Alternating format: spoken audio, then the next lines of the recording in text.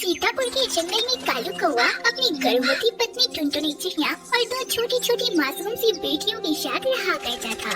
कालू कौवे के पास एक छोटी सी जमीन थी जहाँ पर वह तरबूज की खेती किया करता था और उन तरबूज को बेचकर उसे जो पैसे मिल जाते थे उसी से वह अपने परिवार का भरण पोषण करता था।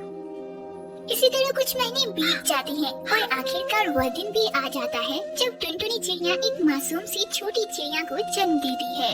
चिड़िया के पैदा होते ही कालू कौवा टुनटुनी पर भड़क जाता है और गुस्से से लाल होकर कहता है, करमजली, तुझे मैंने कितनी बार बोला कि मुझे बेटी नहीं बेटा चाहिए, पर नास्तिकी ने फिर से ही बेटी को जन्म दिया। अब मैं तुम लोगों को घर में एक पल भी बर्दाश्त नहीं कर सकता। निकल जाओ मेरे घर से।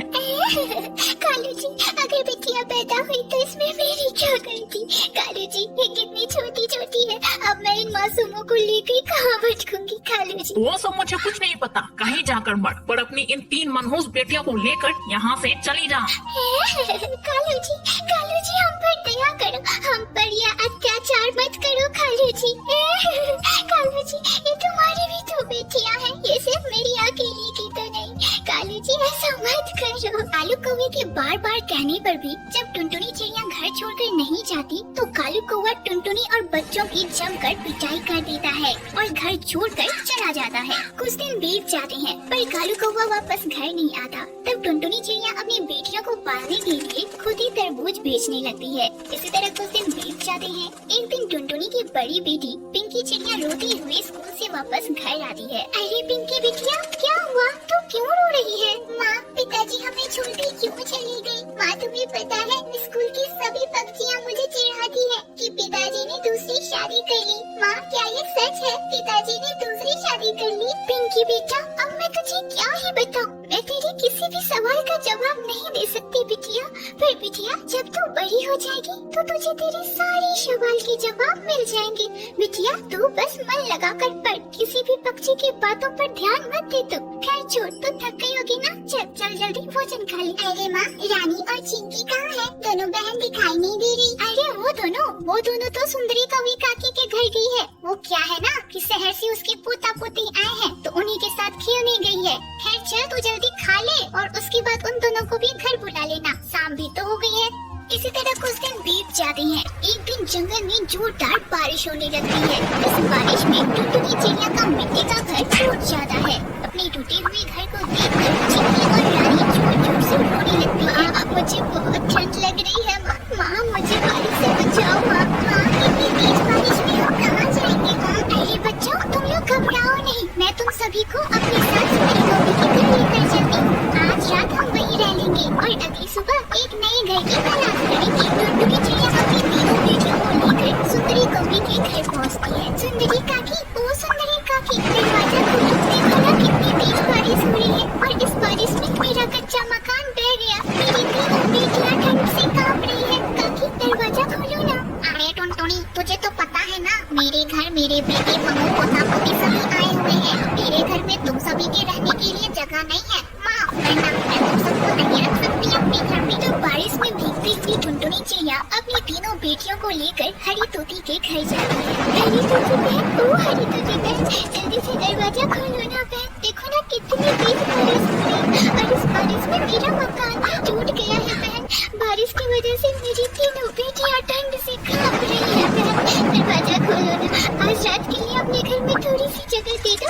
सुबह होते ही मैं तीनों बेटियों को लेकर तुम्हारे घर से चली जाऊंगी। अरे हाँ, टुनटुनी बहन, आओ, अपनी तीनों बेटियों को लेकर अंदर आओ। आज रात के लिए तुम सभी यहाँ रह सकती हो। हरी तोती टुनटुनी चिड़िया और उसकी बेटियों को अपने घर में बना दे देती है। अगली सुबह टुनटुनी चिड़िया अपनी बेटियों को लेकर नए घोंसले की तलाश में निकल जाती है। तभी पिंकी चिड़िया की नजर कुछ पक्षियों पर पड़ती है जो कि तरबूज, पंपकिन, अलग अलग तरह के फलों के घर में रह रहे थे। अरे माँ, वो देखो जंगल के कितने सारे पक्षी पंपकिन के घर, आम के घर, लीची के घर, संतरे के घर, अलग अलग प्रकार के फलों के घर में रह रहे हैं। माँ, क्यों ना हम भी तरबूज के घर में रहे? अरे हाँ पिंकी बिटिया, हमारे खेत में तो कितने बड़े बड़े तरबूज है। चल जल्दी से खेत से तरबूज लाते हैं और तरबूज का एक प्यारा सा घर बनाते हैं। टुनटुनी चिड़िया अपनी तीनों बेटियों के साथ मिलकर एक पेड़ पर तरबूज का एक प्यारा सा घर बनाती है और अपनी बेटियों के साथ उसी तरबूज घर में खुशी खुशी रहने लगती है।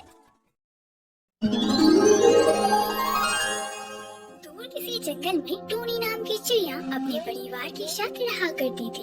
टूनी चिड़िया का पति बंटी कबूतर रोजाना शराब पीकर घर वापस आता और टूनी चिड़िया को बहुत मारा करता। एक रात की बात है, बंटी कबूतर टल्ली होकर घर वापस आया। तब टूनी चिड़िया ने उससे बोला, बंटी जी आप रोज पीकर क्यों आते हो और आप सारे पैसे इन गलत आदतों में खर्च कर देते हैं।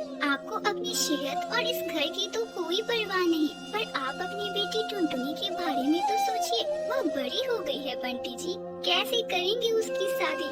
आप ना काम पर जाते हैं और मैं जो 2-4 पैसे कमाती हूँ उन्हें आप खर्च कर देते हो। सुन, ज्यादा अपनी जुबान मत चला। मुझे तुझसे और तेरी बेटी से कोई मतलब नहीं है, कोई मतलब नहीं, समझे तुम? तुझे जो करना है अपनी बेटी के साथ तू कर, मुझे बस पैसे दे दे। भाई मुझे शराब पीनी है, ला पैसे दे। आज कितने रुपए कमाए तूने, सब दे मुझे।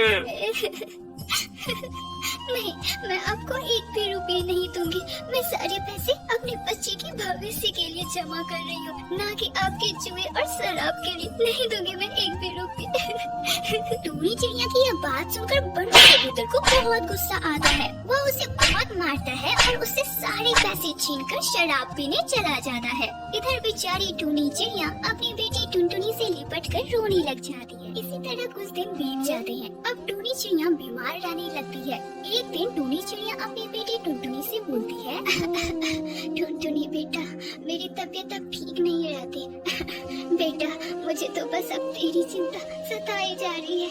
मेरे बाद तेरा कौन ध्यान रखेगा बेटा? तेरी शादी कैसे होगी? टूनी चिड़िया अपनी बेटी टुनटुनी से बात ही कर रही थी कि तभी उससे मिलने बबली कबूतर उसके घर आती है। नमस्ते टूनी बहन, ये आपकी बिटिया टुनटुनी है ना? मुझे आपकी बिटिया बहुत पसंद है, इसलिए मैं अपने बेटे मोंटी कबूतर का रिश्ता लेकर आई हूँ आपकी टुनटुनी के लिए। ये बहुत ही संस्कारी और घरेलू चिड़िया है और देखने में भी कितनी सुंदर है। बबली कबूतरी की यह बात सुनकर टूनी चिड़िया बहुत खुश होती है और रिश्ते के लिए हाँ बोल देती है। इसी तरह कुछ दिन बीत जाते हैं। अब टुनटुनी चिड़िया की शादी के दिन भी नजदीक आने लगे थे कि एक दिन अचानक से टूनी चिड़िया बेहोश होकर नीचे गिर जाती है। तब टुनटुनी चिड़िया अपनी माँ को अस्पताल लेकर जाती है। डॉक्टर टुनी का चेकअप करती है और टुनटुनी चिड़िया से बोलती है, आई एम सॉरी टुनटुनी, हम आपकी माँ टूनी चिड़िया को नहीं बचा पाए। उनकी मौत हार्ट अटैक की वजह से हुई है। ये सुनकर टुनटुनी चिड़िया जोर जोर से रोने लगती है। मम्मा, मम्मा आप मुझे छोड़कर क्यों चली गई? अब मैं कैसे रहूंगी मम्मा आपके बिना? ये सब मेरी गलती है, ये सब मेरी वजह से हुआ है। आपको मेरी शादी की चिंता सताई जा रही थी ना मम्मा? पर मम्मा अब तो मेरी शादी होने वाली थी ना। तभी टुनटुनी चिड़िया का बाप बंटी कबूतर वहाँ आता है। टूनी, ये क्या हो गया? तू मुझे छोड़कर चली गई। बेटी मुझे माफ कर दे, आज मेरी वजह से तेरी माँ यह दुनिया छोड़कर चली गई। बेटी मुझे अपने किए पर बहुत शर्मिंदगी है। टूनी आजा, तू वापस आजा।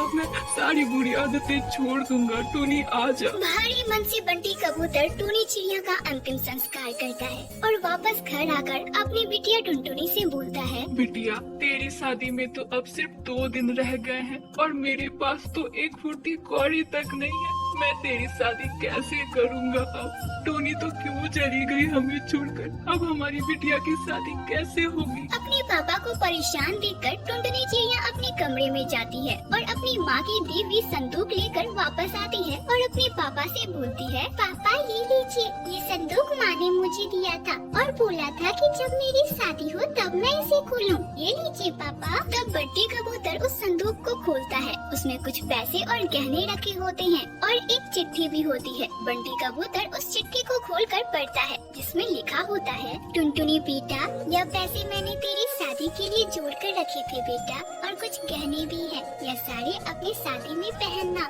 बिटिया तेरे पापा का तो कुछ पता नहीं, वो तेरा साथ मेरे जाने के बाद देंगे भी या नहीं, पर बिटिया तू अच्छे से रहना और अपना ख्याल रखना बिटिया। टूनी चिड़िया की यह चिट्ठी पढ़कर बंटी कबूतर और टुनटुनी चिड़िया फूट फूट कर रोने लग जाती हैं। और 2 दिन बाद बंटी कबूतर अपनी बिटिया टुनटुनी की शादी बहुत ही धूमधाम से कर ली।